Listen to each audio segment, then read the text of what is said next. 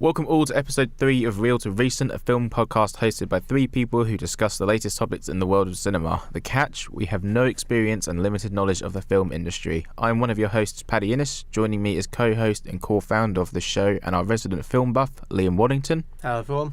And your other host, Lewis White, our resident rotten film buff. I feel like I'm being picked on. I asked you earlier today if you were okay with that. No, I'm fine with it. Hi. As our namesake goes, the first section of each show will have us look at and compare old/original films in a franchise to see if their modern-day counterparts improve upon the formula or to find out if they are inevitably worse. Our Reel2Recent segment will have us look at and compare Willy Wonka and the Chocolate Factory to Charlie and the Chocolate Factory. Anyway, should we, this is going to be a long one. I thought it wouldn't be long because of the fact that... They're pretty much the same movie. Yeah, but it turns out that... There's a lot of differences. Yeah, there's a lot of differences because Tim Burton's fucking weird.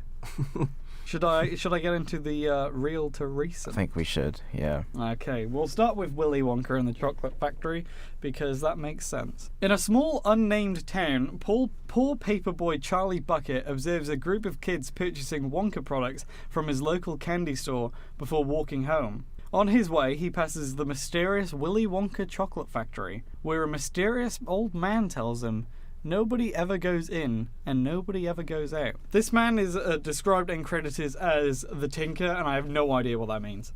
Normally, like, someone who just, like, fixes things and takes things apart to understand how they work. Oh, so that explains like why... a tinkerer. Oh, that explains why he has a big old, like, shopping cart full of useless shit. Is he actually just like a homeless bloke? He looks like a homeless... I thought he was just homeless. But they call him a tinker. He's just stealing stuff to sell at like a scrapyard. He's been trying to break into that factory for years.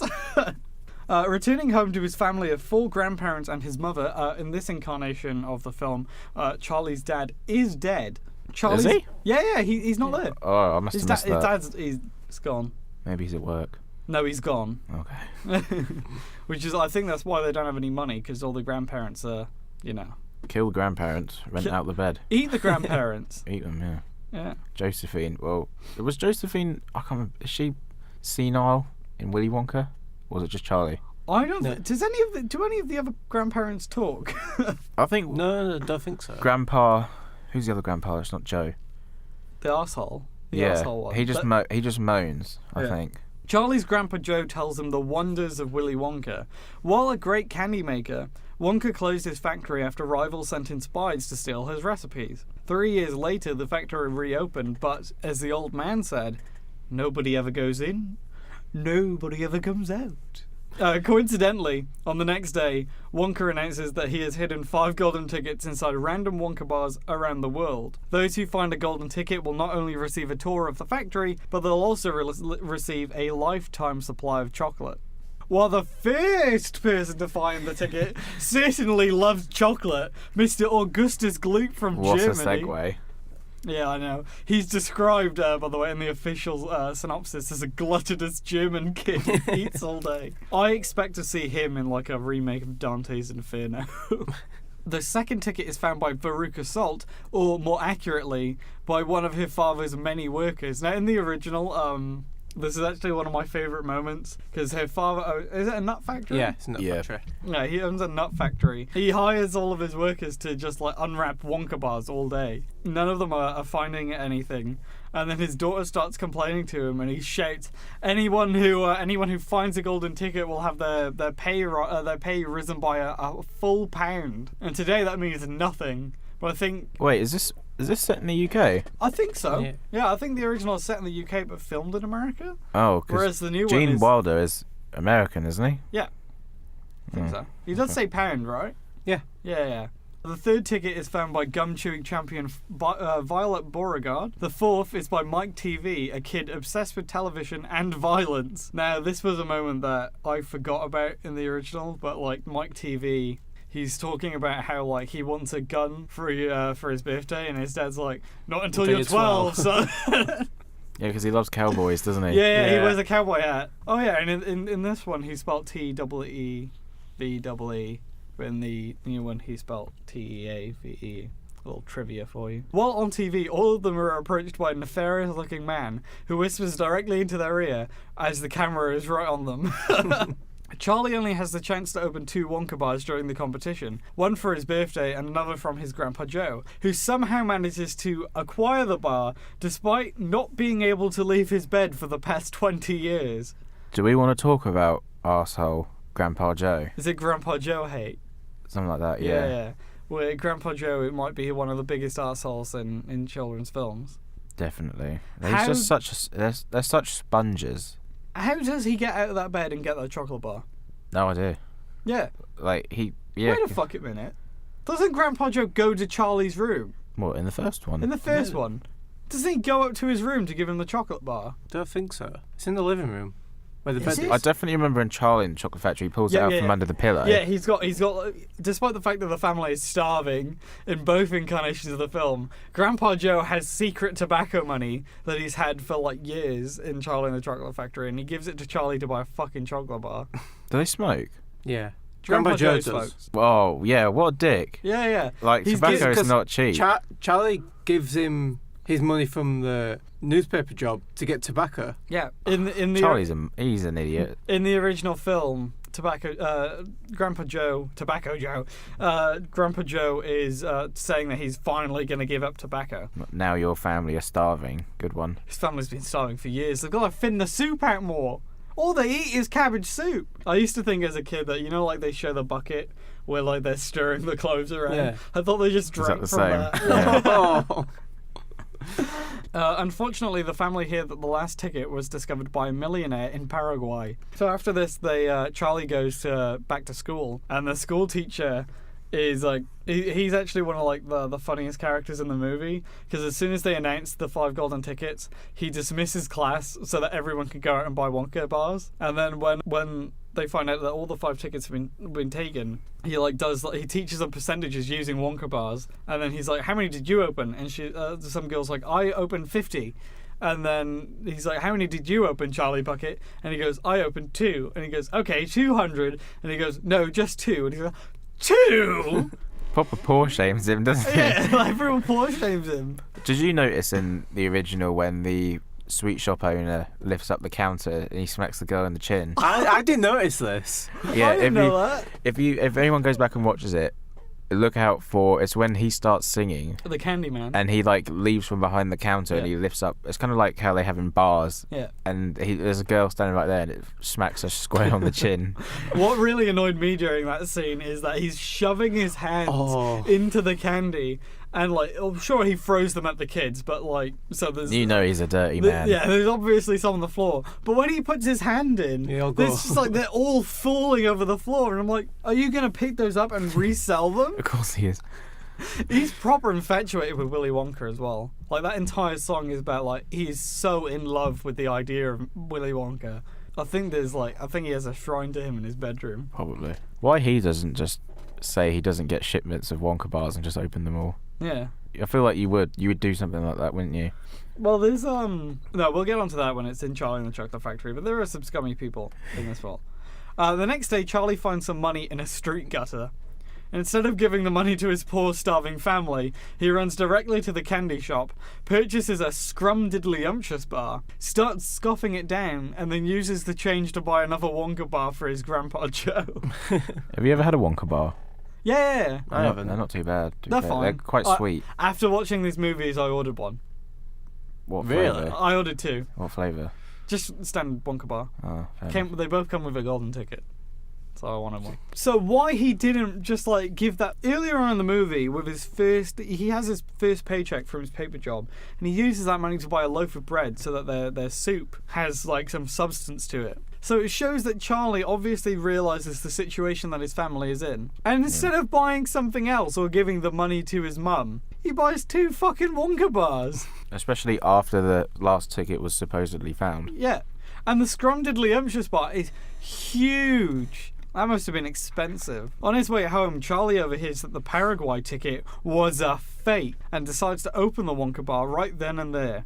Oh my lord, he only won and done found the last golden ticket. Charlie sprints home, but he encounters the man from the TV. He offers Charlie a deal, $10,000 Or, in 2019, $63,123.87 in exchange for a stolen sample of Willy Wonka's latest creation, the everlasting gobstopper. See, now I think back on it, these had to be staged then. Yeah. Wonka had to have pre-selected these kids for that man to be... I don't know, because news crews from all around the world flew over to the tickets. Yeah, but he just happened to be there when Charlie found the Yeah, ticket. exactly. And when Veruca Holy shit. gets her ticket. I just haven't put it together before now. Right, it's weird, isn't it? I've only just thought about it, Yeah. but Wonka had to have either Wonka known rigged about the these entire kids. thing. Yeah, he must have selected... Oh, then again, Unless he didn't just... Didn't Mike TV only win because like he tracked the shipping stuff, so he knew exactly where they were? So the guy would have known which box was going where. Yeah. I guess for the Veruca one, he was just like, well... potluck, she's going to have had one by now. he's like, well, that box is going to that factory. Yeah. Because her dad bought it. Some trickery afoot, which is probably why they took this out of the remake. Where was I? Oh yeah, Charlie is suitably freaked out by the man. Oh, I looked at the guy who plays Slughorn. I looked at his filmography, and most of his films he's playing Nazis. I think you mean Slugworth. Slugworth from Harry Potter. Sorry, Slugworth. Like he's in like 50 movies, and nearly all of them he plays a Nazi. He's been typecast as a fascist. So Charlie is suitably freaked out by the Nazi and scurries home to his family. Reading the ticket, they discover that Charlie must go to the factory tomorrow and that he can only take one family member with him. He chooses his Grandpa Joe, who screams at yippee and miraculously jumps out of bed and into a dance number, which proves that Grandpa Joe was able to walk and that he left the bed to get that chocolate bar. And Charlie must have known, because why else would you pick one person who, to you, in your entire life, has never left that bed? Yeah. Suspicious activity. I think Charlie and Grandpa Joe are in it together. Yeah, they're doing something nefarious behind the scenes. In the morning, the two head to the factory alongside the other winners. Willy Wonka emerges from his factory, greets the ticket winners. Leading them inside, they all sign a contract on the wall, despite some resistance from parents. Moving on, they enter a candy paradise, an entire room that's edible from the grass and the mud to the trees and the fruit. While most eat from the trees, Augustus Gloop starts drinking from the chocolate river. Wonka is disgusted and Gloop falls in. Thankfully, a pipe that sucks up the chocolate barely manages to suck him up. That pipe goes to the fudge fruit. What do you think about Augustus Gloop getting sucked into the pipe? There's not really a huge amount to say apart from... I'm looking for discussion, Paddy. There's not really a huge amount to say apart from he's just a fat little pig. Because he's like properly like dipping his hands in and just... Oh, he's going all for it. He's like... I'm trying to think what they actually would have used. I don't know why, like... Would it just been brown water, do you think? Well, they used for the chocolate river. Yeah. Do you want me to Google it? Yeah, please. Because, they obviously could not have used real chocolate. Cool if they did. It would have been expensive, though. But it's just, it was too... Yeah, it was expensive because the chocolate river was made from 150 gallons of water, real chocolate, and cream. Because of the cream, it began to spoil, and by the end of filming, smelled terrible. And that fat little boy had to drink all that. Oh, I just saw the cutest bit of trivia I've ever seen. What? Also, apparently the guy who played Grandpa Joe was nearly blind, so he was instructed to look for a red light to guide him when his character was meant to be looking in a certain direction. But that's not the cute one. The girl who played Violet didn't want to do the nose-picking bit because she had a crush on the guy who played Charlie and didn't want to embarrass herself. Oh, that's cute. Sweet. Too bad she did it anyway. After that, he was like, ew, disgusting. Wait, that's weird, because in the remake, Charlie and Violet have a little moment in the candy room. Do they? Yeah. So there's a moment where they're all going through the candy room, and like Charlie and Violet have like this moment together where they're like talking to each other, and like Anna Sophia Robb gives Freddie Highmore some weird look that I wasn't okay with. Looked like she was either gonna beat him. I don't remember it. She looked like she was going to beat him up, to be fair. fair. She wasn't. They were talking. It's the point where we were talking about gum. Yeah. It's like, why did you start a new one? Yeah. He said that would be cheating. It's like, I'm a winner and you're a loser. See, I didn't think Violet was that unlikable in Willy Wonka. She is in Charlie. Yeah, In Charlie, she they're is all in Charlie. insufferable. Yeah. But even in Willy Wonka, Charlie was insufferable. Well, that's something that this film kind of does that the remake doesn't, is that everyone is a bit flawed, including Charlie and especially Grandpa Joe. Okay, we should probably get back. One down, the group take a slight LSD trip on Wonka's boat. Do you remember this, Paddy? I do. It's Yeah. really... This part used to creep me out. Gene Wilder was a creepy man. There's no way of knowing Just of where we're going. As the trip ends, the group move into the inventing room. Wonka gives every child an everlasting gobstopper each, and then shows them a new type of chewing gum. Violet immediately takes it and chews it, despite multiple warnings from Wonka. The gum tastes just like a three-course meal, but as it gets to the dessert, Violet starts turning violet and then swells into a huge ball. She's taken to the squeezing room, and the group move on. It was a blueberry. A 'Cause blueberry. it was a blueberry pie. That is true. And then, yeah, that's why she has to get squeezed, because she's full of juice. Violet looks weird in this movie, like when she swells up, but I don't think she looks anywhere near as weird as she does in the remake. We'll get onto that later. Yeah. 'Cause I think we've got a lot more discussion for the remake. The tour continues. They lick edible wallpaper and encounter the fuzzy lifting room that houses carbonated drinks. Once drank, the drinks allow one to float. Wonka tells the group not to drink any, but everyone leaves and Charlie and Grandpa Joe drink some of the experiment. After a few minutes of zero-G activities, they start to float towards the fan, but they have to burp to make their way down, or else they will get decapitated. So this is a moment that the remake doesn't have, and I don't know if the book has this, but this is like Charlie and Grandpa Joe's, I want to say like, guilty moment. Yeah. Like, they are not innocent in this movie. They do, like, they do something that they're told not to, and it does have consequences. Yeah, it does. And it's all because of Grandpa Joe. Grandpa Joe convinces Charlie to drink the fuzzy lifting drink. Grandpa Joe's the real villain of the Grandpa film. Joe, wow. Yeah, because Slughorn's not a villain. Slugworth. Slugword. Professor Slugworth. He's not a villain, so Grandpa Joe is the Exactly. one and only villain in this movie. That and the children. In the next room, Wonka shows the group the golden egg room, where the golden geese lay huge Easter eggs. Veruca demands that she has a golden goose, but when Wonka tells Mr. Salt that the geese aren't for sale, that his daughter destroys the room in a bratty musical number before falling down a garbage chute that leads to the furnace. This is one of my favourite scenes. In the movie. book, they don't drink it. They don't. No. Oh. So it was made up just for the film. I think it's a good inclusion. In the the actual book, then? in the book, according to Wonkapedia, Willy Wonka gave one Oompa Loompa the fizzy lifting drink to consume for an outside test. After drinking some for the test, the Oompa Loompa, for some unknown reason, could not burp and ended up lost in the sky. Willy Wonka screamed for the Oompa Loompa to burp, but he did not. It is possible the Oompa Loompa had reached the planet Uranus at the time of the Wonka factory tour. That was only a guess made by Mr. Wonka. The Oompa Loompa or is he dead? He's dead. He's dead. He's dead.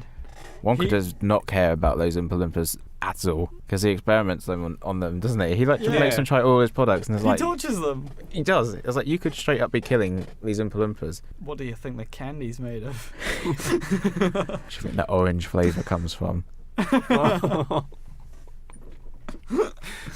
Yeah, so we got to the part where Veruca destroys the room in a musical number, and I enjoyed this part quite a lot. It's really short, actually. Why is it one of your favourites? I don't know. I think it's one of my like. Obviously, there's a lot of musical stuff in this. Yeah. There's like the I've got a golden ticket. I've got a There's golden ticket. But that's for Grandpa Joe, so I don't like that. There's that song that Charlie's mum sings about. Oh. Just give up, Charlie. You're not Yeah. gonna win, but you can be happy. Not eating cabbage soup, you can't. Then there's obviously the Oompa Loompa songs, but I enjoyed this song the most. I don't know why, it just gets in my head a lot. I want the world. It is good. I want the whole world. Also, I hate Veruca Salt and seeing her fall down the garbage chute. And because they don't show you the kids at the end of this movie, she might have been in the furnace. She could have died. They never show you her alive. Oh, yeah. Here This is I- in the remake. Yeah, her and her dad both burnt to Yeah. death. Because the furnaces are on Tuesdays. The next set piece takes the group to a television room, where they test out Wonka Vision. Wonka tells the group that the device would be used to teleport chocolate bars all around the world right into your TV. Talking about TV, Mike TV decides to use the device to teleport himself, leading him to become only a few inches tall. This is where sassy Wonka appears, where he's like, Mike is like, I'm going to do it. And he's like, no, don't do that. That would be bad. Yeah. Just want to say, this film is surprisingly funny. I never remember it being so funny. There's a lot of jokes in this movie, like actual jokes, not walking into a glass elevator. Yeah, Willy Wonka in this one he's just a snarky prick. He's such He's an so arsehole. sarcastic. He is like, anytime a child is doing something perilous, he generally couldn't give a shit. Like if it was filmed today, he would literally be on his phone. Yeah. Like He'd be on as Twitter. like Mike TV is just getting beamed across the sky. He'd literally just going through his Twitter feed, just being like, fucking kids. Stupid. He tells them not to, and when they do, he's like, oh no. Yeah, he's just like leaning against the cabinet and he's just like, oh, don't do that. Stop. Doesn't he Come back. when Violet's turning into a blueberry, doesn't he just like look on and smile? Like for Willy Wonka and the Chocolate Factory, you can definitely believe that Wonka kills these kids. Yes. For sure, he definitely The fact that kills they these do kids. not show these kids ever again in this movie, they are dead. I don't remember them being mentioned leaving in the book either. But it's Do they definitely. not? I swear they leave in the book. I can't remember, but it's definitely been Well, over 10 years since I read the book. The Burton movie is more book accurate. I did Google that. Way more book accurate.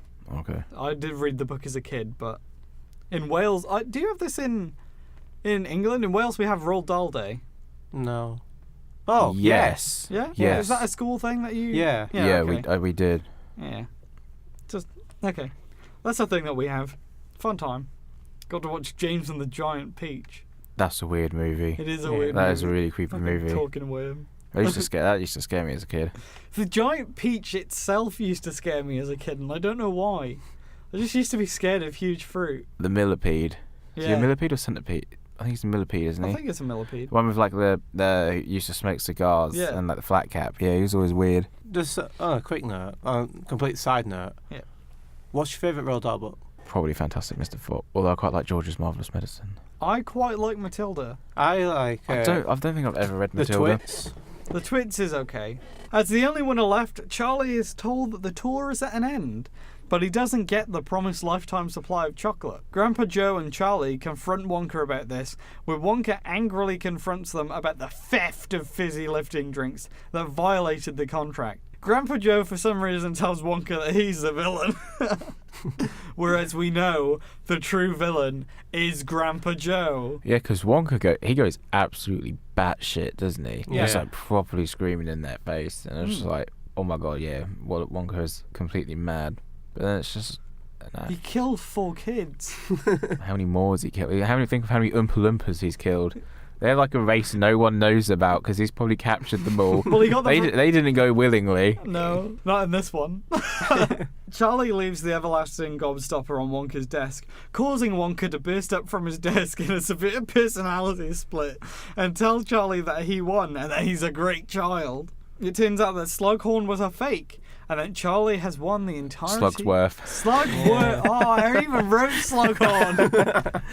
I wrote Slughorn. Have you watched Harry Potter lately? Nope, I haven't. Which one's this? What do you mean? Is it Half-Blood Prince? Yeah. Yeah. I haven't watched that since it came out. Andy's in Deathly Hallows. Do they say his name in Deathly Hallows? Yeah. Never mind, fuck off. Shrug. You're distracting me. Slugworth was a fake, and Charlie has won the entirety of the factory, and that's pretty much where it ends. Question: Why is Willy Wonka's office only like half of everything? Do you notice that? I just read trivia on that. I think That's from the book, isn't it? I don't believe so. According to Mel Stewart's book, Pure Imagination, the director, The Making of Willy Wonka and the Chocolate Factory, the reason everything in Willy Wonka's office is cut in half is because Stewart couldn't bear the thought of it after having gone through the whimsical and creative rooms in the factory, ending the movie in an ordinary office. Makes sense. yeah. Everything was cut in half to make the room look more Wonka-esque. I like That's it. cool. Not very practical, especially the mug he has on his desk. The half mug, yeah. Well, that's Willy Wonka and the Chocolate Factory, and I've just slammed the desk ruining that entire line. What did you guys think? I've really enjoyed it. It holds up more than I thought it would. I was going into this thinking this is probably going to be really dreadful, and I'm probably not going to enjoy it. Why would you think that? This is a classic. Classics can always be bad. Like what? Just think back a week and you've got. I was your literally answer. about to say Tron. Tron wasn't bad. Leprechaun won.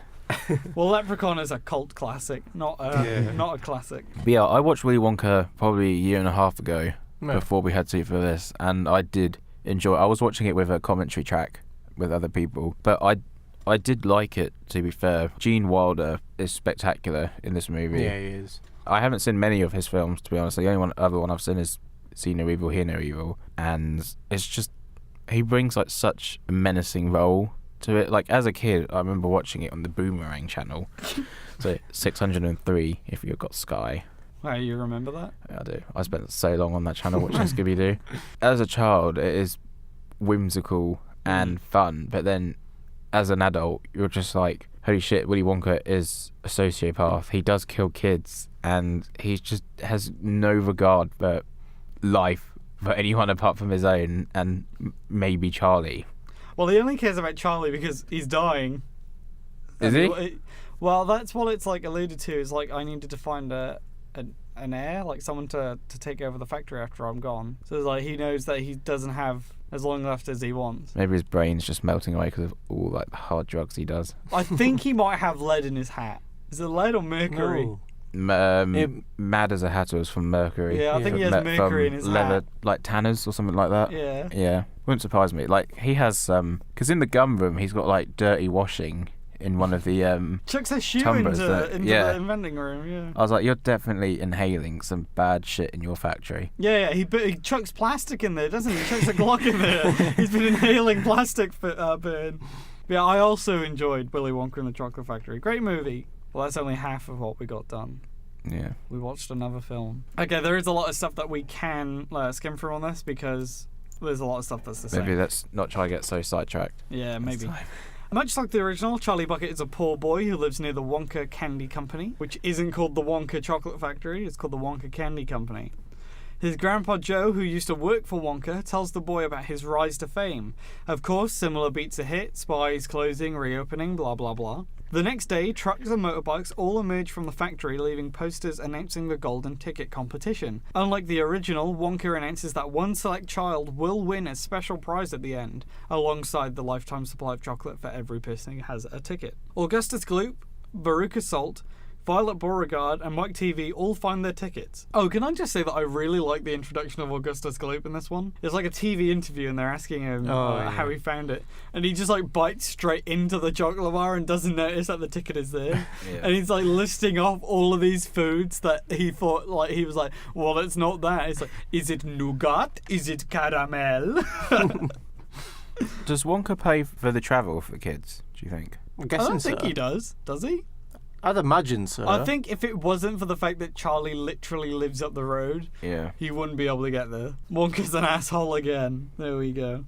Charlie tries twice to find a ticket, once on his birthday and one as a secret with Grandpa Joe, where in this one Grandpa Joe gives him the money instead of somehow miraculously getting a candy bar. Is this Grandpa Joe an asshole? Yes. Or no, this one. Less so.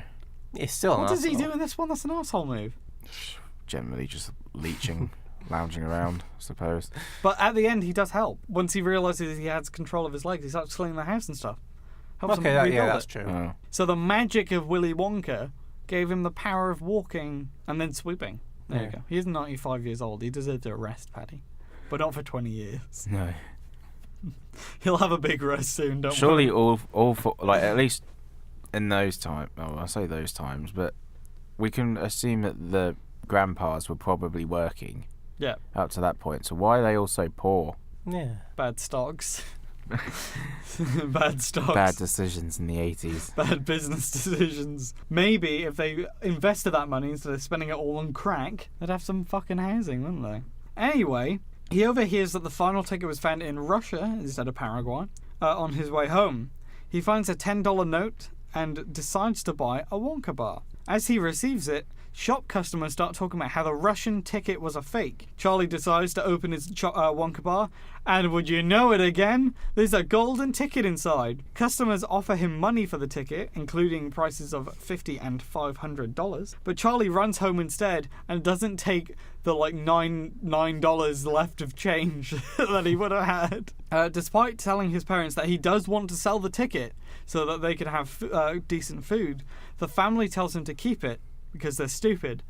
Just like the original, the event is tomorrow. What do you think of that decision? Where his other grandpa tells him that you shouldn't give something up for something as common as money. That thing you need to make your way in this world and survive. Because his dad loses his job. Yeah, to a machine. Yeah, they have Skynet. They have literally no money coming in. It's like, money's common. No. Why don't you go out and find some, Grandpa? I tell you, they should just leave the grandparents out in the cold, so there's 4 less mouths to feed. Eat them. And Eat the grandparents. And then I assume Charlie's mum stays and looks after them all day. Yeah. So then potentially she could go out and work.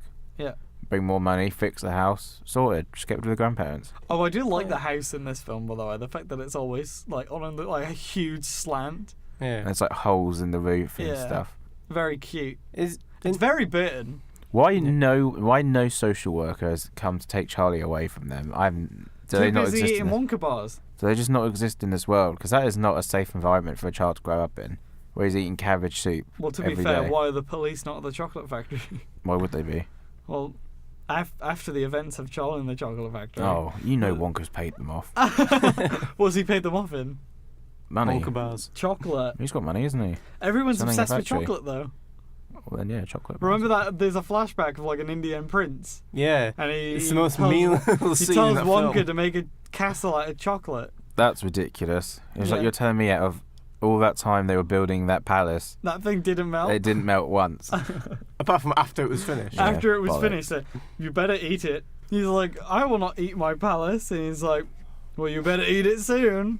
And Wonka is right, because Wonka's a genius. As the winners arrive at the factory, they're greeted by a musical puppet show. Oh, God. After the show, I hate it. I like the puppet show. No. You like the puppet show? Yeah. Do you want to sing it for me? No, I don't. I don't really. What if I sing it too? No, I honestly don't know the words.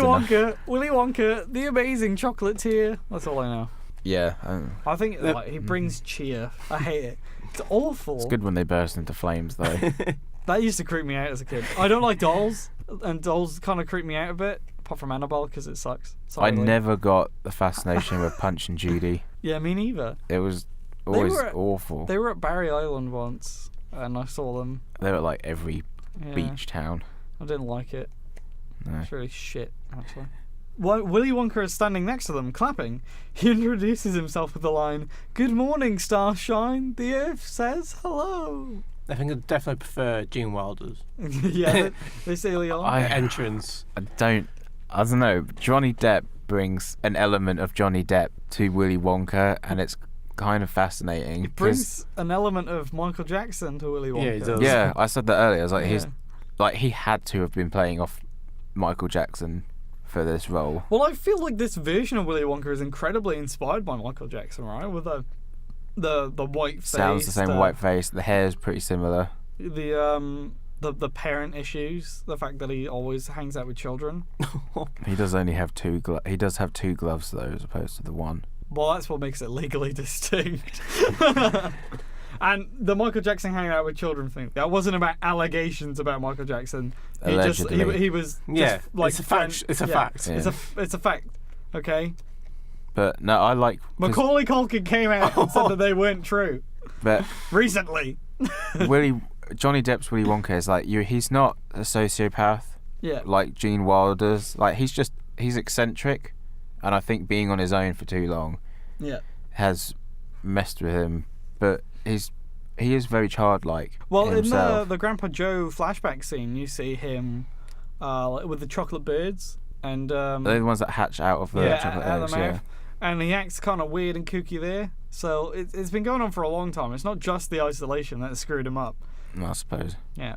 It's bad parenting. Anyway. Yeah, Count Dooku. Count Dooku would be a terrible parent. Saruman. Is it Saruman? Saruman. Yeah. Both terrible parents. I don't know what other roles he done. Dracula. I think he was Dracula. Yeah.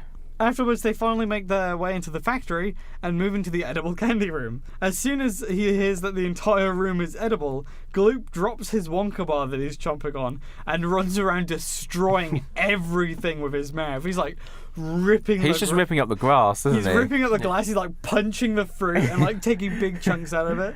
He starts to drink from the chocolate river before falling in, getting stuck in the pipe, getting sucked into the fudge room. And this is with the first Oompa Loompa song. No. Turns up.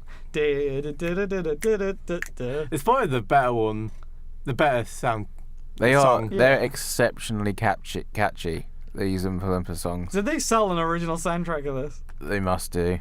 There has to be one. Keep talking about the Oompa Loompa choreography. But Liam, you mentioned earlier you like the score. Yeah, I prefer Of Danny this one. Elfman's score to his soundtrack of this film. His scores. Do you think he wrote the Oompa Loompa songs as well? He didn't. I He believe was he did. creator of the soundtrack as well. Oh, fair enough. But yeah, they're so catchy. I like them. They are catchy, but I prefer the songs in the original. I do prefer that. Oompa Loompa Doompa Dee Doo. I like the recorder that he has as well in the Willy Wonka one, where he's like. Oh It's yeah. cool, man. Whereas in the new one, doesn't he just like go? That sounds yeah. He does that, right? He just I like think so. uvulates. Or we normally just like there's always just one there, isn't there? And he just whispers to it. I think after the first one, in the candy room, he definitely does that to call them. Is that a culturally insensitive thing? Today it would be. Yeah. In 2005. 2005, It wouldn't everyone have was been. racist. Yeah. What are your thoughts on the practical effects versus the CGI effects? See, there's like CGI chocolatey gloop. Yeah, that sounds horrible, but it looks horrible too. Yeah. I Like- think I prefer the practical effects. It makes it look more magical.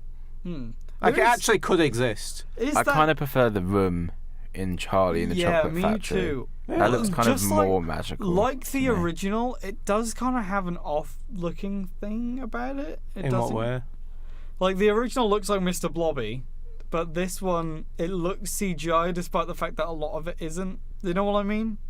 It's got like it looks really fake, Yeah. and that is because it is. Yeah. But there's some kind of dissonance there between like everyone looking like people. Like it looks fake enough to the point where you're like, this is a set yeah, that someone's had to make practically for people to and crew members and Yeah. cameras and stuff to be set up around. But it does look. it's gorgeous. It is really nice. The PS2 game didn't do it justice. It didn't. Oh, that game is ugly as hell. The Charlie looks like a fucking wax And it's figure. so difficult. Yeah. It's so hard. I don't think I ever finished it. I had to give up shortly after getting into the factory. I was just Yeah. like, I'm getting lost, and I was like, you have to throw the jawbreakers, gobstoppers. Everlasting Gobstoppers. Yeah, Yeah. I'm not familiar with sweets, but Well, it's Charlie and the Chocolate Factory sweets. Just so you know, they sold the soundtrack on CD and vinyl. So if you're a pretentious prick, you can pick it up on that. how much is the? I'm gonna look up how much the vinyl It's is. £35. Oh No. Christ, Also, the vinyl sleeve is just a huge picture of Johnny Depp's face. Anyway, that's terrifying. Is it all beaten and bloody? Allegedly. I'll cut it. No, you won't. I will. They take a trip on the boat where they ask Wonka if he remembers his childhood, causing his first of 3 flashbacks. No, I'm flashback. Nah, flashback. We see a young Willy Wonka going trick-or-treating dressed as a ghost. He goes home to his father, Willy Wonka, a dentist, who tells him that candy is bad for his teeth, and he throws it all away in the fire. And yes, his dad is played by Christopher Lee. Rest in peace. Yeah, he was great. Grandpa Joe from the new one is dead as well. Yeah, he died in 2012. Yeah. Did you like these flashback scenes? Do you think they were welcome? Or would you prefer how the original did it, where it doesn't really go into his backstory? I don't know, actually. I kind of liked these flashback scenes because you get a sense of why he's so eccentric. I think that for this version of Willy Wonka, it works. Because he's so Weird. yeah. Because Gene Wilder's Willy Wonka is just An asshole. yeah. He's like there's nothing really He's not. mystifying. He's not about mentally him. like fragmented. Yeah, Yeah. but whereas Johnny Depp's one is just like something's up with this dude, and For example, he sounds like Dr. Evil. Every now and again, he sounds like Dr. Evil, and he even does yeah, that Dr. Evil does. He's obviously an evil genius. Back in the present, the boat speeds down to the inventing room, which is a very nice CGI sequence where they're... And this is where we see the creams. Paddy, I believe you like those. The what? Creams? The creams. Oh, yeah, because he's like straight up animal. Yeah, it's animal cruelty. They're like whipping udders with riding crops. There's a room with a cow in it, just one cow, and they're just whipping it over and over again. Thank God he closed the factory. Peter would be in there in a heartbeat. Film Theory made a video about all the violations that Willy Wonka would have. Oh, no. And they were saying that he basically gave the factory to Charlie so he wouldn't have to deal with all the legal problems and fines. I'm just reading trivia, and the guy that played the Oompa Loompa in the new one, Deep Roy, what a sick name, played every Oompa Loompa. Yeah. So he had to repeat the same movements several hundred times, and then they were then put together. I thought they were just repeated in once. Nope. So that was it. Sorry. Yeah, that's why the choreography is so impressive, because sometimes that man looks like he really doesn't want to be there. Well, he got $1 million for his role. I really want to be there. Yeah. I do whatever they want. I'm sure he doesn't mind. They come across a gun machine which follows the exact same beats as the original, albeit Violet turns into a huge CGI monstrosity. She wibbles and wobbles, and is it even worse when the Oompa Loompas jump on her and start rising? It's really horrible to watch, her inflate. Yeah. I don't like it. Also, there's another Oompa Loompa song, but I don't remember this one at all. So apparently Danny Elfman was the singing voice for all the Oompa Loompas. Oh! Really? Oh. So Jack Skeleton is Oompa Loompas. Plays Oompa Loompas. I'd love to see all the Oompa Loompas replaced by dancing Jack Skeleton. You okay? You reading more trivia? I'm just scrolling through. It's not very good ones at the moment. But if I find some good ones, I'll chime in. Okay. On the way to the next room, Charlie asks Wonka if he remembers the first piece of candy he ever ate. And this turns into another flashback, where we see young Wonka digging candy out of the fireplace and testing it. And afterwards, he goes on a huge candy binge, where he just starts chomping as much sweets as he can. Back in the present, the group enter the nut room. Wonka informs that a group of carefully trained squirrels can tell the difference between a good nut and a bad nut. Veruca, being a prick, shouts that she wants one, and when Wonka refuses, she tries to grab one herself. Fun fact. Yeah? 40 squirrels were trained for that scene to jump on Veruca's salt. Can you imagine being here in that moment? That's terrifying. That's actually that's going to scar you. That would scar me. Wait, what has... I just realised I recognise Veruca Salt's face from somewhere. Is it Charlie and the Chocolate Factory? Shut up. Is the original more adaptation for the book for that room? As in, is it geese? I believe it's Bad Nut. Veronica, being a prick, shouts that she wants one and Wonka refuses. She tries to grab one herself. The squirrels all fight back, beating her up and throwing her down a garbage chute, which, yes, leads to the incinerator. But in this one, we do see that Veruca Salt makes it out alive. She is not burnt to death, like we can believe in the original. Because in this one, it says it's broken and won't be fixed for another few weeks, in a couple of weeks. Does he? I know he goes. Yeah. I know he says. He says the incinerator doesn't get turned on until Tuesdays. No. And then her dad goes, It is Tuesday. And he goes, No. He says afterwards that he's just been informed that the incinerator's broken. Well, it would have been better if they just let us think she was burnt to death. Doesn't her dad get pushed in as well? Yeah, by some squirrel kicks him in the arse and he falls down. With just 2 children left, the group get in the great glass elevator and go to the TV room. Mike says that candy is a waste of time, which gives Wonka PTSD and he enters another flashback. In the flashback, he tells his dad that he wants to be a chocolatier, but he tells him that no son of his will ever be a chocolatier. Back in the present, they're in the TV room, and events play out exactly the same as the original, albeit with a much more violent Mike TV.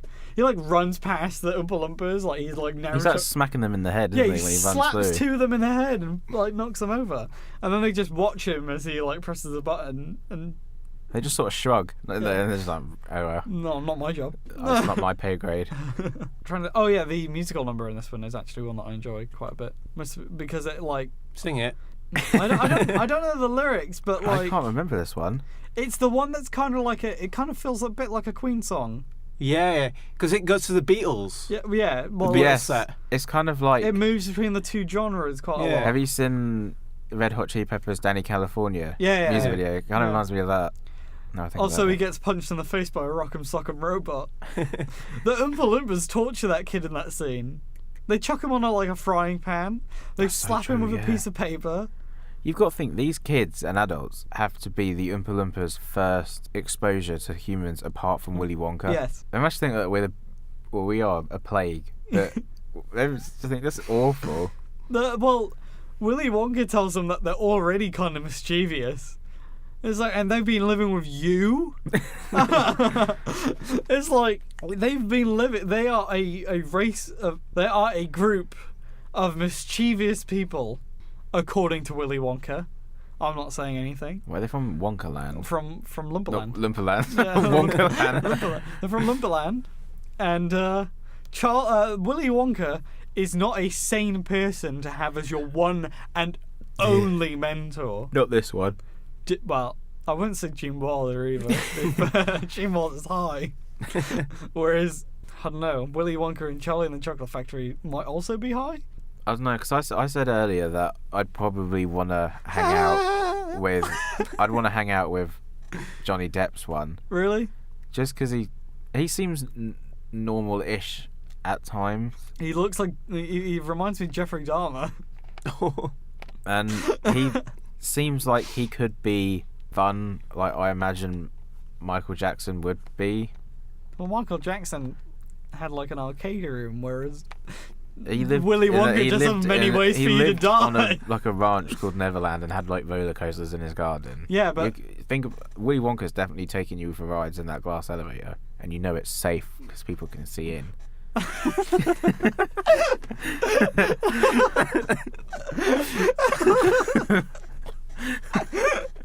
Unless there's like a tint window. he's got like a blackout button. You're not safe anymore. He takes the one glove off.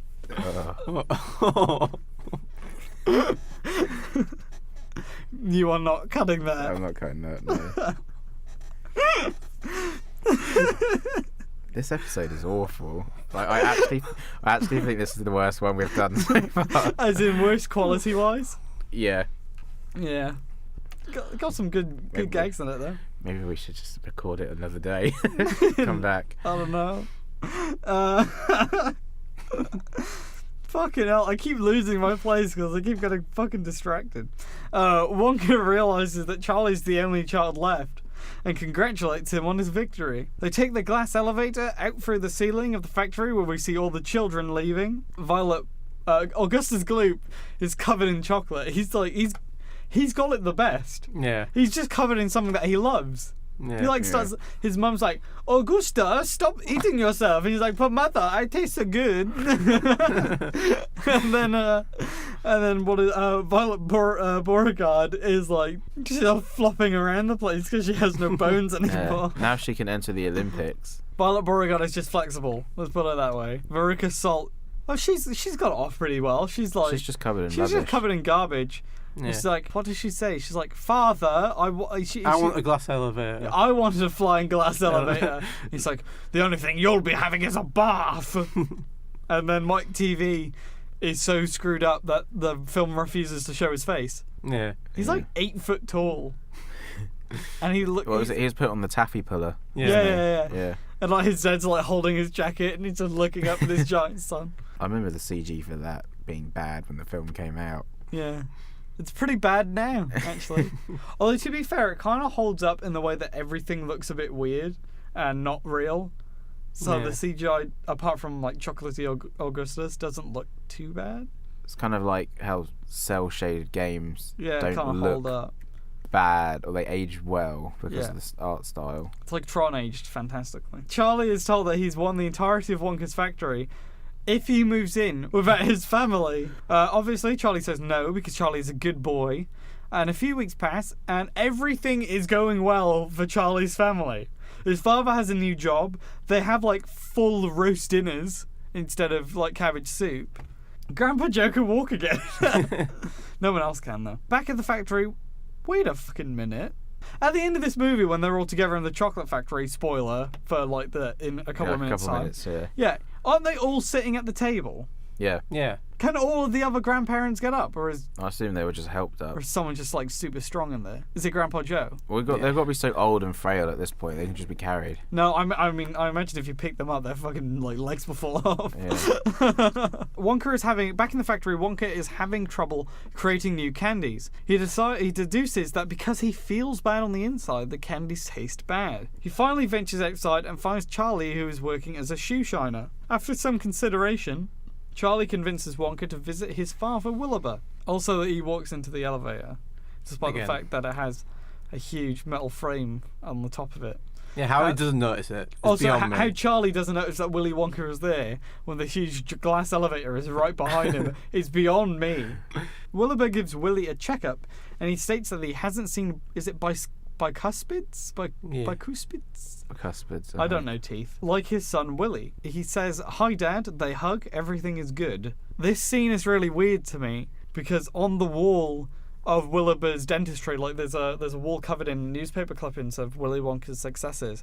But there's also a picture of Willy Wonka on Time magazine. So he has to know. He's got the same haircut. So he has to know that Willy Wonka is his son. Yeah. Well, he knows Willy Wonka is his son because he goes by the name Willy Wonka. But the fact that Willy Wonka on the dentist chair looks I don't know why. I thought he changed his name. No. But he looks exactly like he does on the magazine he has on his wall. And he acts as a surprise when it's Willy Wonka. It really infuriated me. I never thought about it until you mentioned it. Sorry, I was yawning. Wonka realizes the Parrot family and allows the entire family to move into the chocolate factory, where the film ends. But we do not see his dad ever again. Does he just say hi and then leaves in there? I'm pretty sure that the chocolate factory could use a dentist. Why? Because all they eat is candy. Yeah, but the Oompa Loompas are Willy Wonka's dentists, aren't they? Yeah. He he has a therapist. And he has a hairstylist, don't they? Because he finds a grey. And that's what causes him to. They grew up in a faraway country where they hail the cocoa bean. I don't think they have dentists. He's Dentist for Dummies. That's probably a book, isn't it? They have teeth. They do have teeth. I have seen that. Anyway, that was Charlie and the Chocolate Factory. What did you think? It's weird, but it's charming in a way. It's such a fun movie. It's one you could easily sit down and watch. I was expecting to hate it. Yeah. To be honest, just be like, I haven't seen this in a decade. I used to watch. Okay, so the way that I used to watch this film as a kid is that my dad had like when parents think they're cool and they get screens on the back of their car seats. Yeah. For watching DVDs. So my dad would only really drive between his house and my nan's house, which was 10 minutes away. So I watched this film in like 5-minute bursts. Yeah. So it was like moving between the house, find the scene I was on, and then watching the film. So yeah, I watched this film in 5-minute bursts, and it creeped me out then, and it creeps me out now. I remember that puppet scene, watching it numerous times before we found the remote that let us skip the film. I do like this one. I also like this film, but it does have a lot of jokes that just aren't funny. There's the Willy Wonka walking into the elevator because it's glass, despite the fact that there's like metal buttons on the inside, and the fact that he's wacky and eccentric. He's high, is what he is. There's also Mike TV. Every time he talks to Willy Wonka, he tells him that he's mumbling and he can't hear him. And then the payoff of that joke is that when Mike talks to him in the TV room, he just shouts mumbler at him. Yeah, just like, mumbler. He goes, mumbler! It is very Dr. Evil, actually, that bit. Yeah. It's like that Dr. Evil joke where he's like, zip it. There are a lot of jokes that just aren't funny in that movie, where I think every joke in the original is quite funny. There's a lot of jokes in the original that I didn't get as a kid that I get now. Yeah, that's what I was saying to you when we were watching it. It's a very funny movie. And that's why it's reflecting back on both of them now. Because before we recorded, I thought I was going to give my vote to Reel. Yeah. But now I don't know.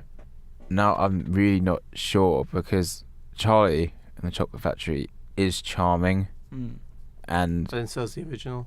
But it's more like everyone is a shitty person in the original. Yeah. Whereas there is like... I feel like that's one of my favourite parts of it, is that not even Charlie is... Because in the original, Charlie has an arc. Yes. Whereas in the recent one... In the new one, Willy Wonka is the one that gets the arc. Yeah. Yeah. I'll probably give my vote to Reel. Yeah.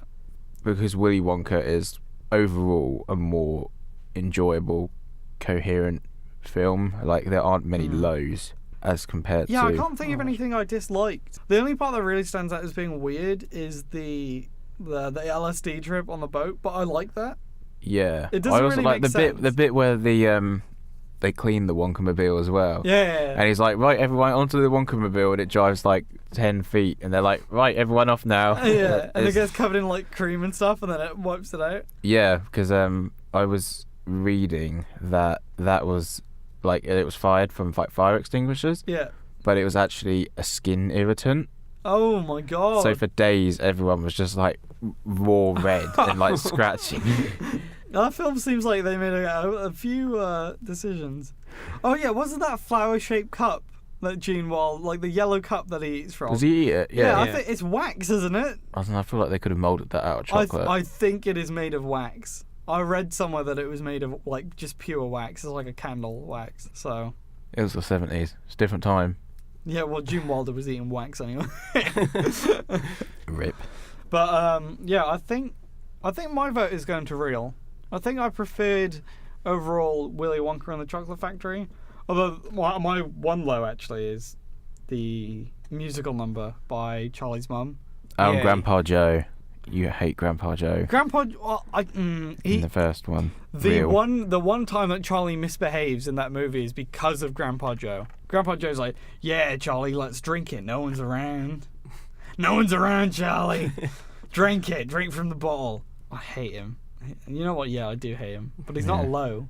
What about you, Liam? It's fun to hate him. Real or recent? I really enjoyed both of them. They both have highlights, both have lows, but I'm giving mine to Reel as well. Yeah. Although, props to Danny Elfman, because for his score was the particular standout. This for me, this was the hardest one we've done. What was it? Leprechaun. Yeah, Leprechaun was easy. Yeah. Tron was easy as well. Tron was fairly easy.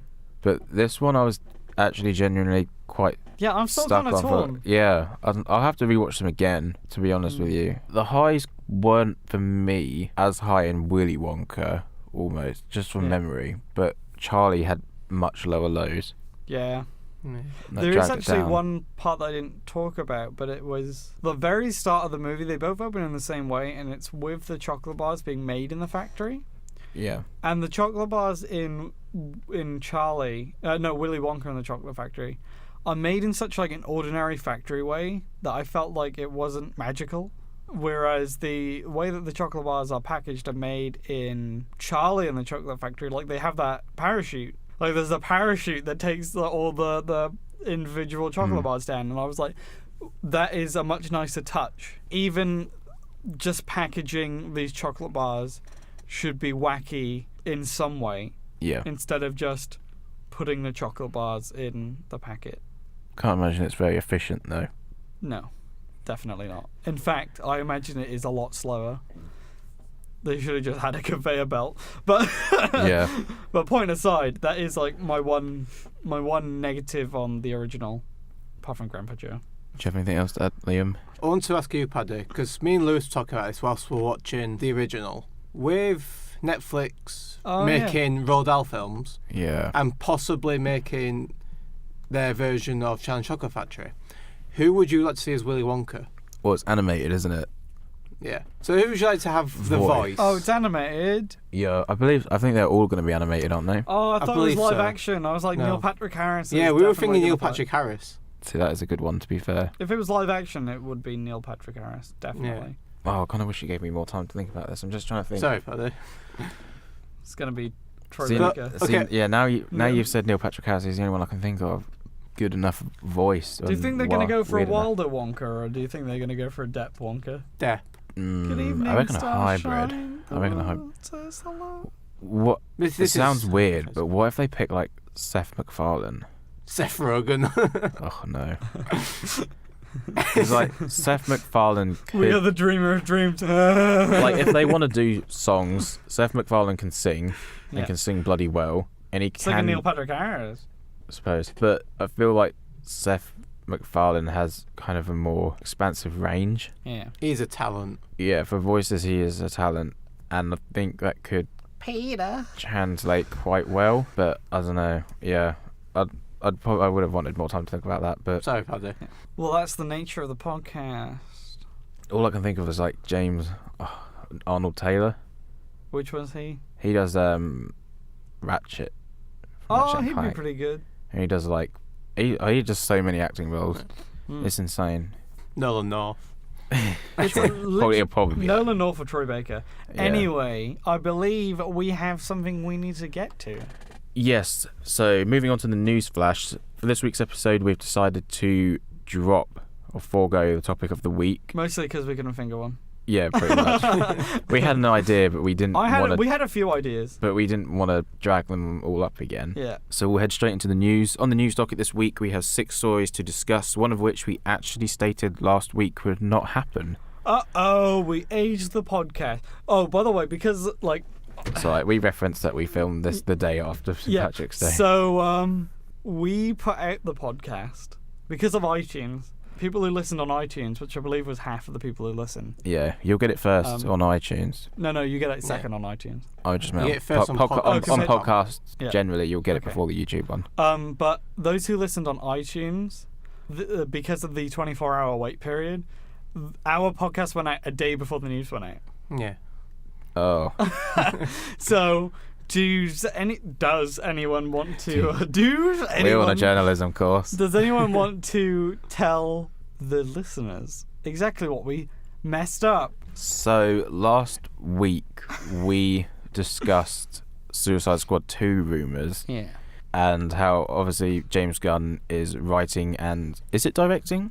Was it confirmed he's directing? I know he's writing it for Suicide sure. Squad. Yeah. He's writing and directing. Writing and directing. So we discussed that as much as we would like to see James Gunn come back for Guardians 3 and to help write Guardians things or like any other Yeah. MCU movies, Yeah. it was never going to happen. And Boy, were we yeah, proven wrong. that's why we know nothing about the industry. Yeah. So- Turns out that Disney never even looked to rehire anyone. Yeah. Like they, Because there was. Yeah, Taika could you Waititi. explain the story? Because I believe you do have it up. Yeah, from Collider.com. In a genuinely shocking move, Disney has decided to reinstate James Gunn as the writer-director of Guardians of the Galaxy 3. Gunn was fired off the film last year after old poor taste jokes of his resurfaced online. Gunn immediately apologised, owned up to his mistakes, and explained how much he'd grown as a person since he posted these jokes years prior. Per Deadline, Horn and Gunn continued to meet on multiple occasions after his firing, and persuaded by Gunn's apology and how he handled the situation, Horn has decided to reverse course and reinstate Gunn as the director of Guardians of the Galaxy Volume 3, which now poses a huge scheduling problem. And Suicide. now, for the update, is he is writing and directing Suicide Squad 2 first, Yeah. and then moving straight into Guardians of the Galaxy 3. But Because wasn't- I imagine... Because Guardians 3 was held Yeah, but indefinitely. It was announced like a few weeks ago. It was going but to be it's held already indefinitely. written. Yeah. Wasn't but I mean, like, Guardians production- 3... But he was. has to direct Suicide Squad 2 first. But wasn't Guardians 3 supposed to be... The first.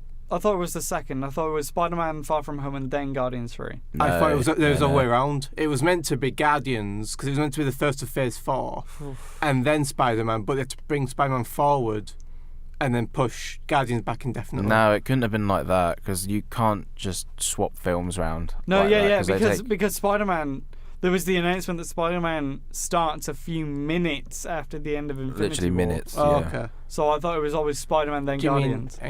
Well, they said Infinity War. In the Yes. announcement, they said Infinity Oh. War. And I don't know if they meant think Infinity they War mean Part if- 2. Yeah, I think they mean Infinity War or Part 2. if there's something in Endgame Yeah. that makes Infinity War meaningless. But I- they couldn't have swapped the two round No. at all. Oh.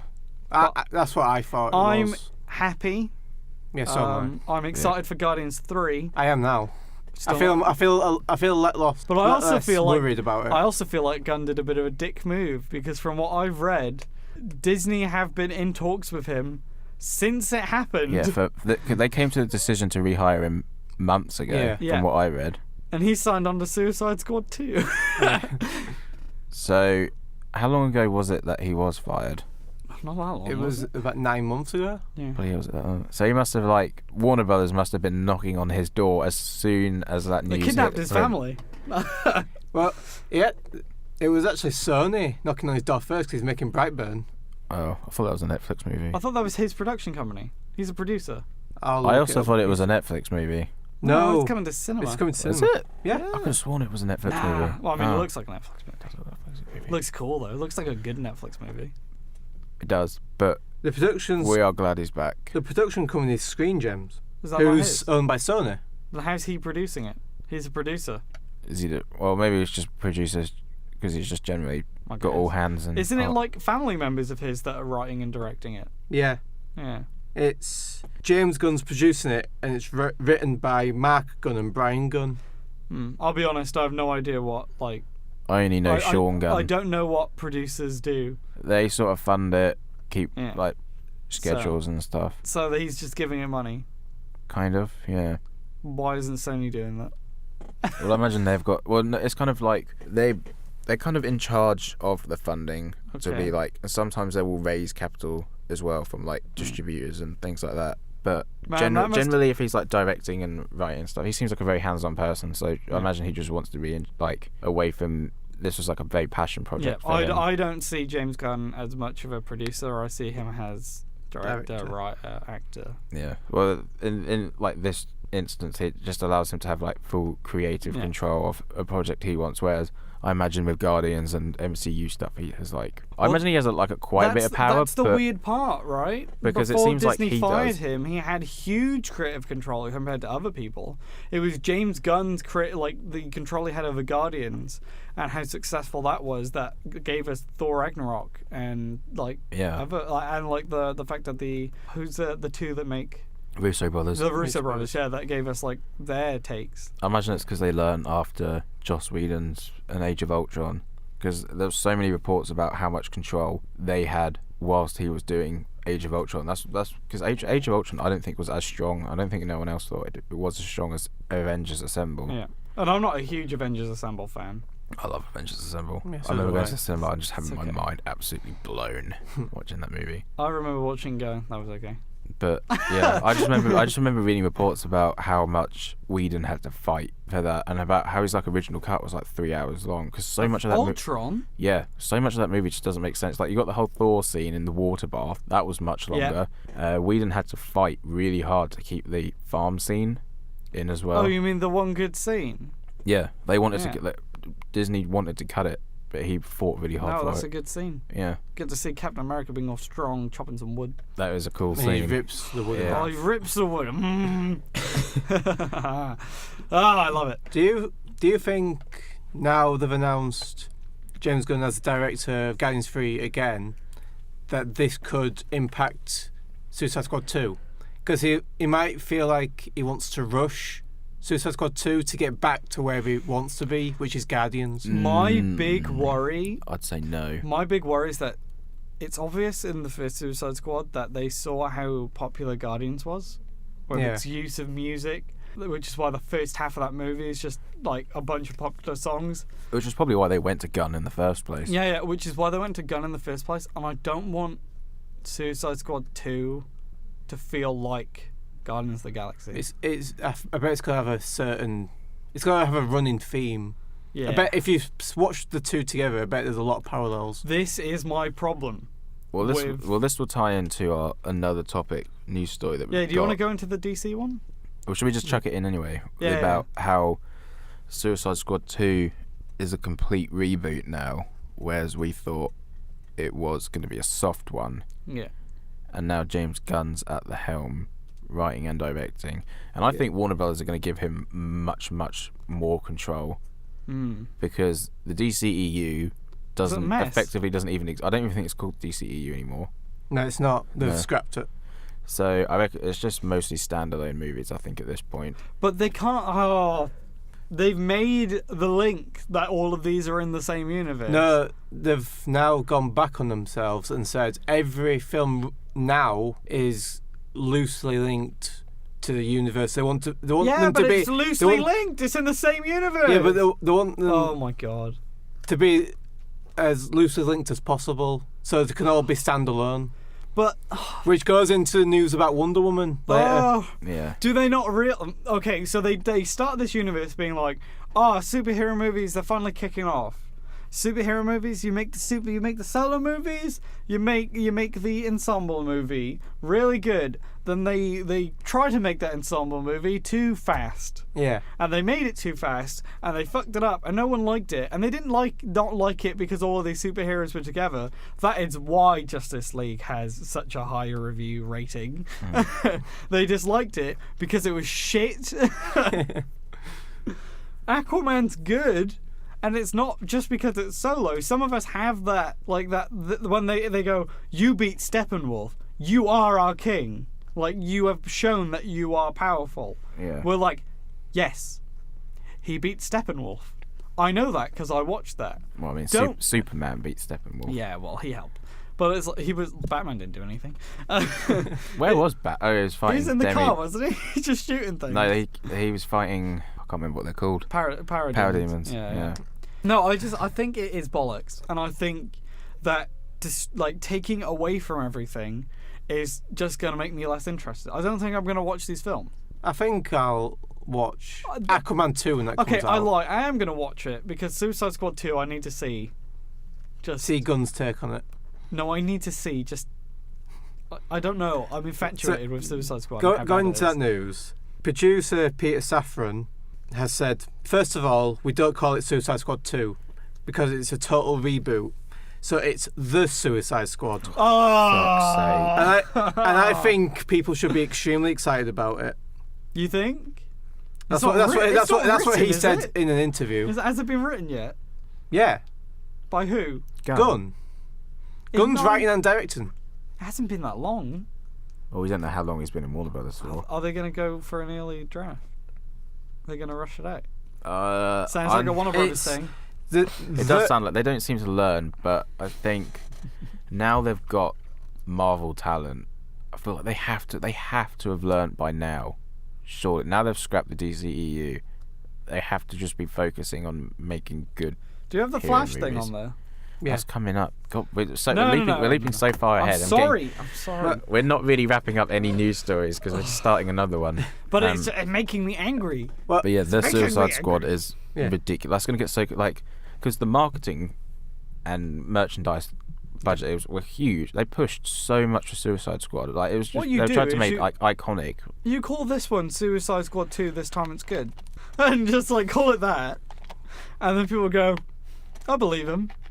Because it's it's so infamously bad. Like I didn't like the trailer, but think about how when people think of Suicide Squad, they think of the Bohemian Rhapsody trailer.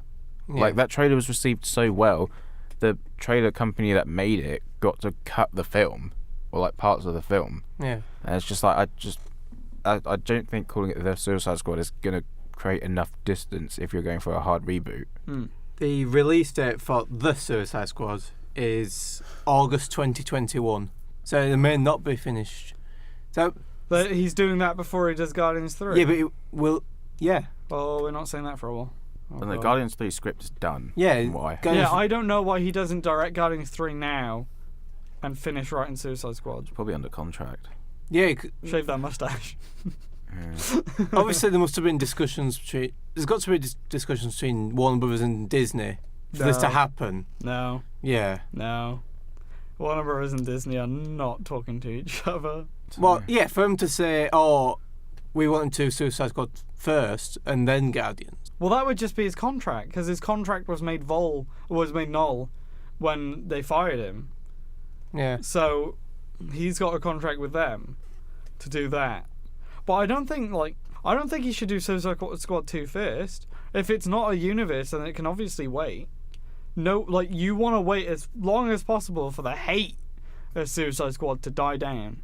There is some weird love for that first movie, mostly because of Joker and Harley. But there is also I feel like people hated the Joker. Well, no. I think it's Harley and Deadshot more. People hated Harley and Joker when there were people like us who know what they're supposed to be.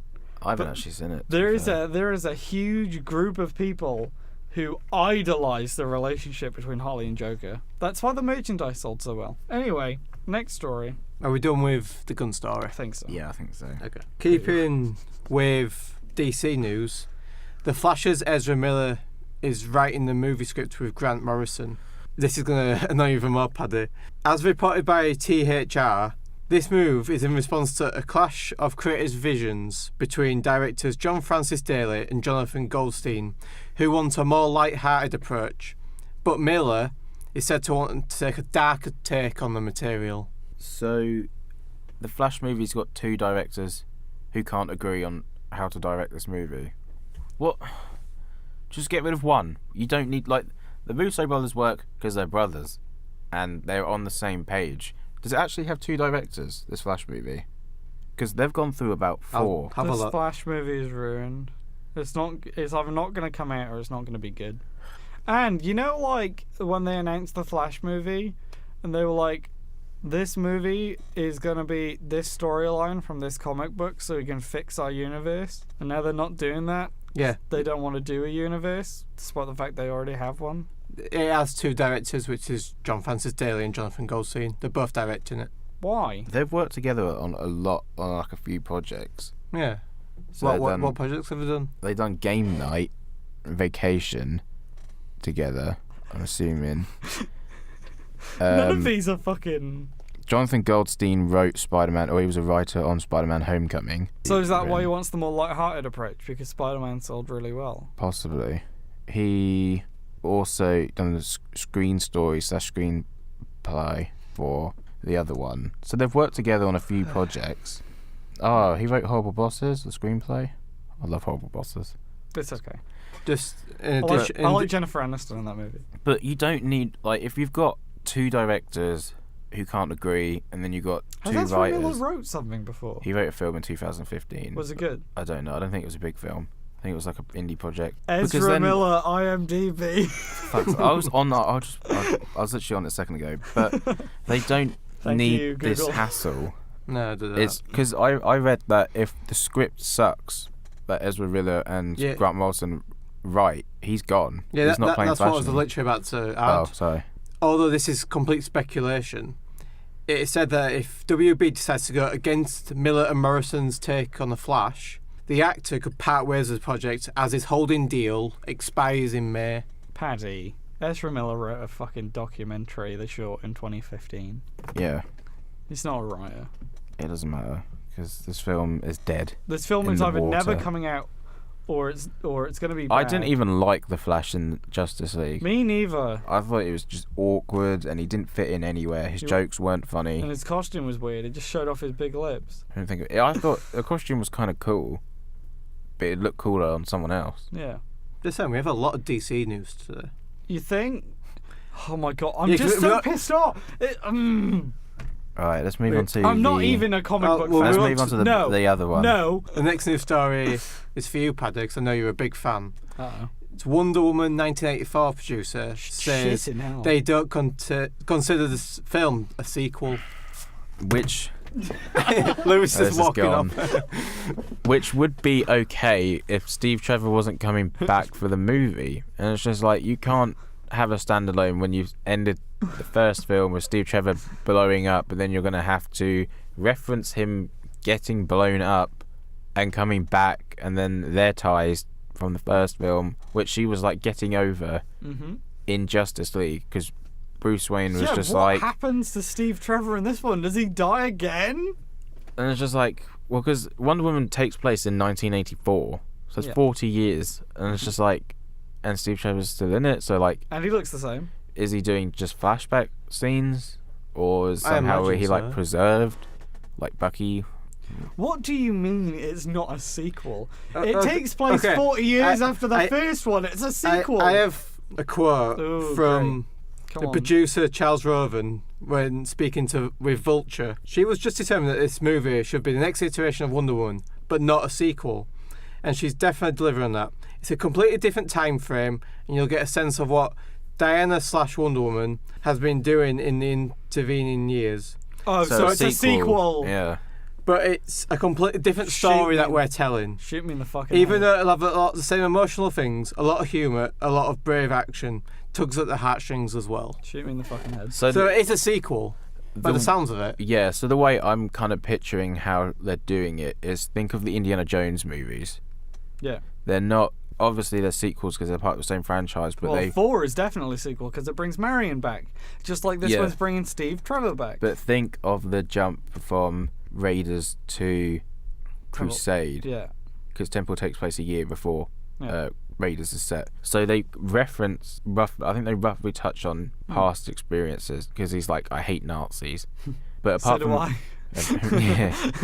But it's just like they are standalone adventures because they're like kind of like based on like serial comics and things like that, so it's just like kind of just like. But then 4 wasn't because it brought back a character. Yeah, I'm saying 4 is a sequel, but I'm just saying just think of the leap between the original trilogy. It's kind of that's how I'm picturing she's doing this sequel, not a sequel.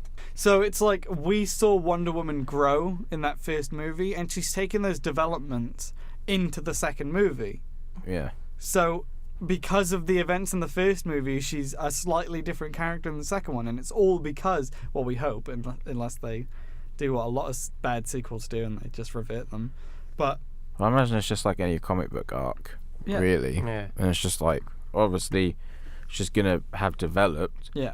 But she's also had 40 years of development that we haven't seen. Captain America 2 is technically a standalone story to Captain America 1. Well, it's still a sequel. Captain America 1 set in 1940s. I saw but it's very... Well, obviously, we haven't seen Wonder Woman or no details about it, but with Winter Soldier, it's all about Bucky. Yeah, just like this one is apparently all about Steve Trevor. See, they haven't said that. It's just Chris Pine is in the movie. I thought they said it was about Steve Trevor. I don't think so. I haven't seen any of that. All I know is that he's just in the film. I hope it's just flashbacks. Yeah. But no, because he's filming stuff. He's been seen on set. We've seen all they had together. We've seen everything they did together. Yeah. So it's got to be new stuff. I'm okay with it. To be fair, I like the first movie. The third act dragged. I just don't know why they said it. I just think they should have just gone, yeah, Wonder Woman is a sequel. Go watch it. You like the first one. Comic book movie fans can be disgusting people and I can hateful tell. I'm and sitting spiteful. away from one of them. I don't know. When does it come out? 5th of June 2020 they're aiming for. What? I thought it was... That's so far away. Yeah, what are they doing? Because they're doing production. They've been doing... I feel like they've been doing production for quite a while. That was filmed ages ago, IMDb 2020. Wasn't that movie filmed ages ago? I think they started a little while ago, but... Reshoots. No, they haven't been reshoots yet. IMDb, release date 5th of June 2020. That's so far away. Maybe they had other things slated instead, but had to cancel. Maybe. Because, what do you think? The Batman movie's been delayed multiple times. Batman movie's never coming out, mate. No, Matt Reeves. Reeves said that they're filming this year. With who? With Affleck? No. They believe filming is going to start in November for this movie. Well, that'd be a nice birthday present for me. What, they're filming? Yeah. Just knowing that they're filming. Just knowing that the Batman film will come out. Next story is the Fox marketing executive believe the Disney deal is hurting Dark Phoenix. I'll tell you exactly what's hurting Dark Phoenix. Shit movies that came before it. Not the shit movies that came before it. That already did this fucking storyline you're doing. And it didn't go well. Yeah, it didn't go well then, and these trailers look shit, much like X-Men Apocalypse. I thought it was alright. I didn't see it because I thought it looked shit. I thought it was one of the better ones. Oscar Isaac looked awful. Yeah. It looked like Mr. Ooze from the old Power Ranger film. Ivan Ooze. Yeah, Ivan Ooze. So Liam, what are your thoughts on like the recent X-Men movie? Oh, in general? Yeah, in general, like since First Class. I've really enjoyed when they rebooted it. Yeah. I liked First Class. I preferred Days of Future Past, actually. Slightly. Yeah. I mean, for me. Wait, is that how they're getting around this? Because didn't Days of Future Past retcon X-Men 3? Yeah. Yeah. So they did the storyline, then said it didn't happen, so they could do it again? The timeline That's greedy. The timeline is really confusing. I hate the fact that Dark Phoenix is becoming a thing, because I don't think that... Is it Sophie Taylor? Is that her name? Sophie Turner from Sophie Game Turner, of Thrones. I don't think she can hold a movie on her own. She's bland in X-Men and she's bland in Game of Thrones. Yeah, I hate her in Game of Thrones. She doesn't look intimidating. No. They turned her eyes purple. To be honest, the only thing I really look forward to in these X-Men films is the Quicksilver scenes. No. I think that's the only part people... I like Michael Fassbender. Do you? Yeah, he's I hot. think he's boring. He's pretty hot. He's so boring, those movies. I got kind of sick of him in Apocalypse. And they kill his family twice. It's like, Wait, what? how many... What? Well, in First Class, Yeah, in the yeah. concentration camp, Yeah. his family are killed. Okay, sorry. I thought you meant like the second No. film. No, they don't bring them back. And then in I missed something. Apocalypse, I haven't seen it. I feel like that should be my tag. The film host who hasn't watched films. But they kill his family in that, and To it's be just fair, like I how don't watch many? good And it's like how many fucking times are you gonna give Magneto a family and take them away in this rebooted young franchise? Wait until Sophie Turner becomes his adopted daughter. It's just like and then every time one of these films comes out, they're just gonna kill a family of his. It's ridiculous. Can we just all agree the best X-Men film lately is Logan? Yeah. Yeah, I don't think anyone disagrees with What do you that. mean, like lately? Best X-Men movie that released. Most of them are bad. Yeah. No, First Class was great. No. I would not say great. I thought it was I'd say a bit watchable. Yeah, watchable. That's what I'd say. Days of Future Past also watchable. Deadpool. No, Days of Future Past I thought was boring. Well, I liked the big wingman in X-Men 3, so the fact that he wasn't a thing. Angel. Yeah, so the fact that he wasn't a thing anymore kind of pissed me off. And then there's Deadpool. Deadpool was. He's in the universe. I do not count him as an X-Men movie because. It's in the universe. The final story, which I know Lewis is dying to talk about. Oh, J.K. Rowling confirms Dumbledore and Grindelwald's sexual relationship. What's the problem? No, there is no problem. It's the fact that I either want to read it or I want to see, not read it in a fucking tweet. In an interview, J.K. Rowling said their relationship was incredibly intense. It was passionate and it was love. It was a love relationship. But as happens in any relationship, gay or straight or whatever label we want to put on it, no one knows really what the other person is feeling. You can't know. You can believe you know. They're magic. So I'm less They interested. have magic. So I'm less interested in the sexual side, though I believe there is a sexual dimension to this relationship, that I am in the sense of the emotions They rolled they off. felt for each other, which ultimately is the most fascinating thing about all human relationship. Like, no fucking shit. I don't know why people are freaking out over this. It's very clearly set up they have a relationship in Crimes of Grindelwald. Like, they do that blood pact together Yeah. And because they don't want to fight each other, and because they care about each other. It's in the mirror. Yeah, And Yeah, the, but the it's mirror is meant to be the thing you desire the most. yeah. And Grindelwald appears in front of Dumbledore. Did they cut that in China? it's the We're not fact. doing that again.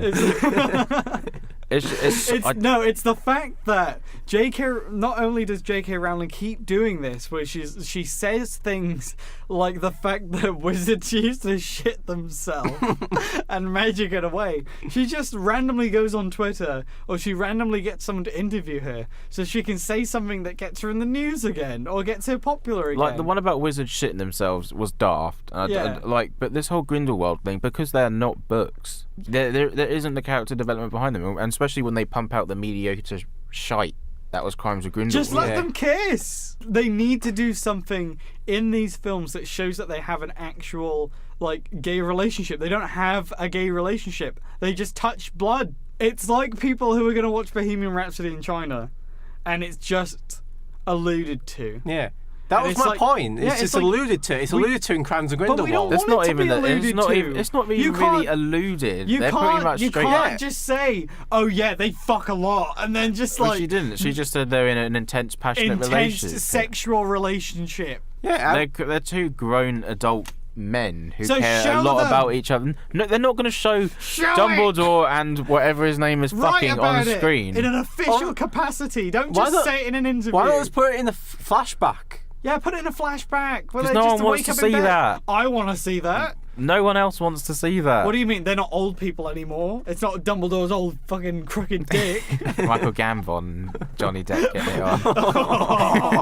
Oh. But it's just it's not important, and I don't get this outrage. important I to don't a get lot this of people. outrage culture that people are freaking out over. It's important to a lot of people. It's even in and the then people- trailer for Creams Are Going to Wall. Yeah, and then people were telling her that she's wrong. It's like, it's her fucking universe and her characters, and it's just like, I saw... universe where people shit on the floor and magic it away. Yeah, because Shit it was in like... their pants. I saw an argument recently where people were arguing. Some person was like commenting on Frank Oz, who done the puppetry and voice for I saw this. Yoda, and he was like basically explaining about the character, and some fan was like, you don't know anything, like you may have done, he's like, you may have worked and done the voice and all the puppetry, But we lived with him. but we watched countless more hours with him, so we know more about Yoda than you do. And it's just like, why are you so fucking dense? Yeah. It's just like, what makes you so more entitled? Obviously he didn't write the lines and understand, like he was just there to do a fucking puppet. Yeah. Not do a fucking puppet, but George Lucas would know more about the character. And it's just like, Don't let him. If George Lucas did what J.K. Rowling does, no, he won't now. Star Wars would be fucking ruined. More than it already is. Like, this isn't just a lore issue with Harry Potter, because the lore of Harry Potter is fucking wank anyway. But this is also like, it's a representation issue where people want, like, you don't get to see these relationships fleshed out in big movies. Like, sure, we have movies like Love, Simon, which is a great movie, by the way. Made me cry. But you don't get to see it in a movie as big as Fantastic Beasts, despite the fact that the movie's a bit shit. The second one's shit. The first one's pretty decent. I like the first one quite a lot. The first one's okay until the third act, but they just ruin it, really. And then there's the second one, which I is... don't know. Maybe they'll expand on it more. Fantastic Beasts and Crimes Against Cinema. We're getting 3 more of these films. Yeah. They better expand on something. Yeah. Yeah. But will Johnny Depp kiss a guy? Probably. He's not kissing Amber Heard. We're keeping that. You're on fire today. Fucking hell. Yeah, if it means that much to her that she's going to go out and say it and people freak out enough, I'm sure she's going to give in, because she's writing the films now, isn't she? Yeah, she's a sole screenwriter. Because they were like, she makes all the decisions for stories now. Well, we'll look at the Metacritic score and they're quite low, but then the money is so high. Because it's not Harry Potter high. Yeah, you stick It's a pretty high. Wizarding World's tag on it, everyone's going to go see it. All you got to do is have the... That's not even in there. There you go, J.K. Rowling. Let's get it on. With You've achieved your mission. You've been spoken about in a capacity on Reel2Recent. There you go. She'll never listen to this. She might do. She's probably a big fan. Yeah. She loves Tron and Spy Kids. Not a big fan of Leprechaun, though. No. Loves Leprechaun Returns, though. Yeah. It's a favourite movie, I heard.